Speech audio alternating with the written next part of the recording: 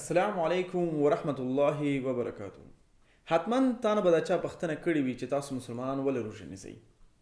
یو مسلمان یا تا خپل ځان سره خپل هم دا احساس کړی چې ولې موږ روژه نیسو. د روژې اصلي مقصد څه شی دی؟ یو کس به جواب درکړي چې موږ روژه نیسو ځکه چې موږ غواړو غریبان احساس کړو، د هغوی ولږه احساس کړو. موږ روژه نیسو چې موږ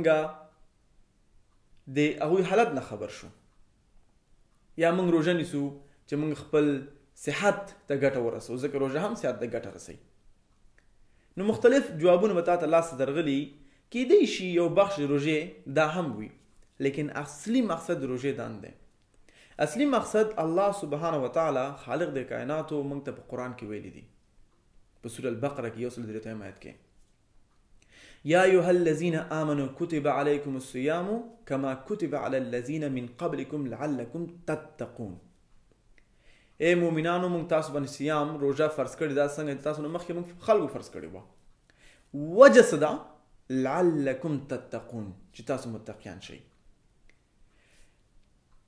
متقی یا تتقون وی تقوا ته ایمانداري، دا به زه واضح کړم تاسو ته. اوس یو سړی به دا پوښتنه وکړي چې دا تقوا څه شته وي. همدغه پوښتنه عمر بن الخطاب رضی الله تعالی عنه د ابی بن کعب نه وکړه چې یا ابی بن کعب تقوا څه شته وي.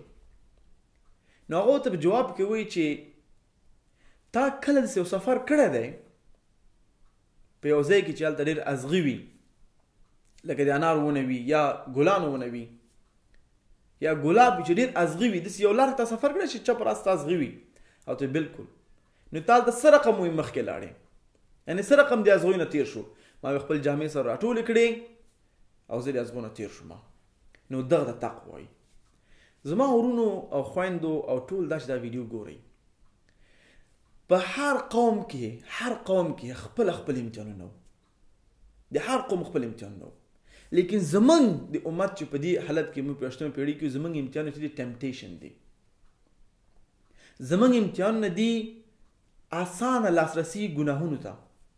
زنا ته موږ لاسرسي اسانه لرو، شرابو ته لرو، یو ښځو ته غلط نظر ته لرو، لاسرسي لرو.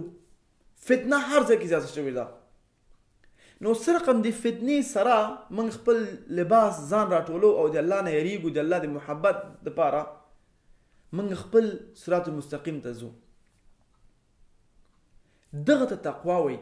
او دا روژه هم دې دپاره فرض شوې ده چې موږ خپل ځان تربیه کړو. که کله موږ یو چا ته وګورو خپل نظر کته کړو، که چا ته بده خبره کړو خپل ځان کنټرول کړو.